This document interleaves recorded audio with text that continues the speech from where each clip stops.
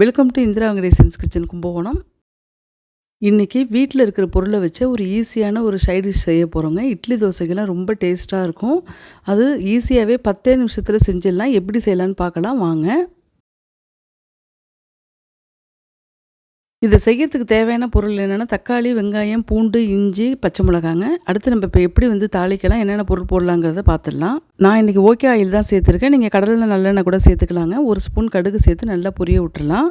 கடுகு நல்லா பொரிஞ்சதுக்கப்புறம் 1 ஸ்பூன் வெள்ளை உளுந்து, 1.5 ஸ்பூன் கடலைப்பருப்பு சேர்த்து நல்லா பொரிச்சிக்கலாம். கடலைப்பருப்புலாம் ரொம்ப செவந்துடக்கூடாது, ஓரளவுக்கு செவந்து வந்தாலே போதும். அடுத்து இந்த டிஷ்ஷுக்கு தேவையான பச்சை மிளகாயை நம்ம உள்ளே சேர்த்துடலாம். கருவேப்பிலையும் உள்ளே சேர்த்துடலாம். இந்த பச்சை மிளகா காரம் மட்டும்தான் நம்மளுக்கு இன்றைக்கி, அதனால் நம்மளுக்கு தேவையான அளவுக்கு சேர்த்துக்குங்க. கரெக்டாக 1 ஸ்பூன் அளவுக்கு இஞ்சி பூண்டு பேஸ்ட்டாக இருந்தாலும் சரி, தட்டி வச்சுருந்தாலும் சரி, உள்ளே சேர்த்து நல்லா பொரிச்சிக்கோங்க. அடுத்து பெரிய வெங்காயம் கட் பண்ணி வச்சுருக்கேன் நீல வாக்கில், சின்ன சின்னதாகவும் கட் பண்ணி வச்சுக்கலாம். அதையுமே உள்ளே சேர்த்து நல்லா வதக்கிடலாம். கண்ணாடி பதத்துக்கு தான் வரணும், ரொம்ப ப்ரௌன் கலர் ஆகிடக்கூடாது.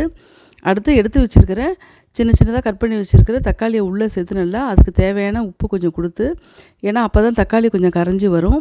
அதையுமே நல்லா வதக்கிடலாம். இப்போ தக்காளி நல்லா வெந்து வரட்டும், தக்காளி வெங்காயம் எல்லாமே வெந்து வரட்டும். ஒரு பிளேட் போட்டு மூடி வச்சிடலாங்க. 1 டீஸ்பூன் அளவுக்கு மஞ்சள் தூள் உள்ளே சேர்த்து நல்லா வதக்கிட்டு அதுக்கப்புறம் பிளேட் போட்டு 3 நாளே போதுங்க, பச்சை வாடையெல்லாம் போயிடும். நம்ம இந்த சைடிஷுக்கு தேவையான கடலை மாவு, மீனாட்சி கடலை மாவு தாங்க நான் இன்றைக்கி எடுத்திருக்கேன். அதுதான் திக்னஸ் கொடுக்கறது இந்த டிஷ்ஷுக்கு. சூப்பராக இருக்கும். அந்த கடலை மாவை நம்ம தேவையான அளவுக்கு நம்ம எந்த அளவுக்கு செய்கிறோமோ அந்த அளவுக்கு நம்ம எடுத்துக்கலாம். நான் இப்போ இந்த தக்காளி வெங்காயத்துக்கு நான் ஒரு 2 டேபிள் ஸ்பூன் அளவுக்கு நான் கடலை மாவு எடுத்துருக்கேங்க. உங்களுக்கு திக்னஸ் பத்தலைனா கூட இன்னும் கொஞ்சம் நீங்கள் எடுத்துக்கலாம். நல்லா கட்டி கட்டியாக இல்லாமல் அங்கங்கே நல்லா திரியாக இல்லாமல் நல்லா கரைச்சி வச்சுக்கணுங்க. இப்போ தக்காளி நல்லா குழஞ்சி வெந்துருச்சு பாருங்கள். நல்லா மூடி வச்சோன்னா சிம்மில் தான் வைக்கணும், அடி பிடிக்கக்கூடாது. நல்லாவே வெந்துருச்சு.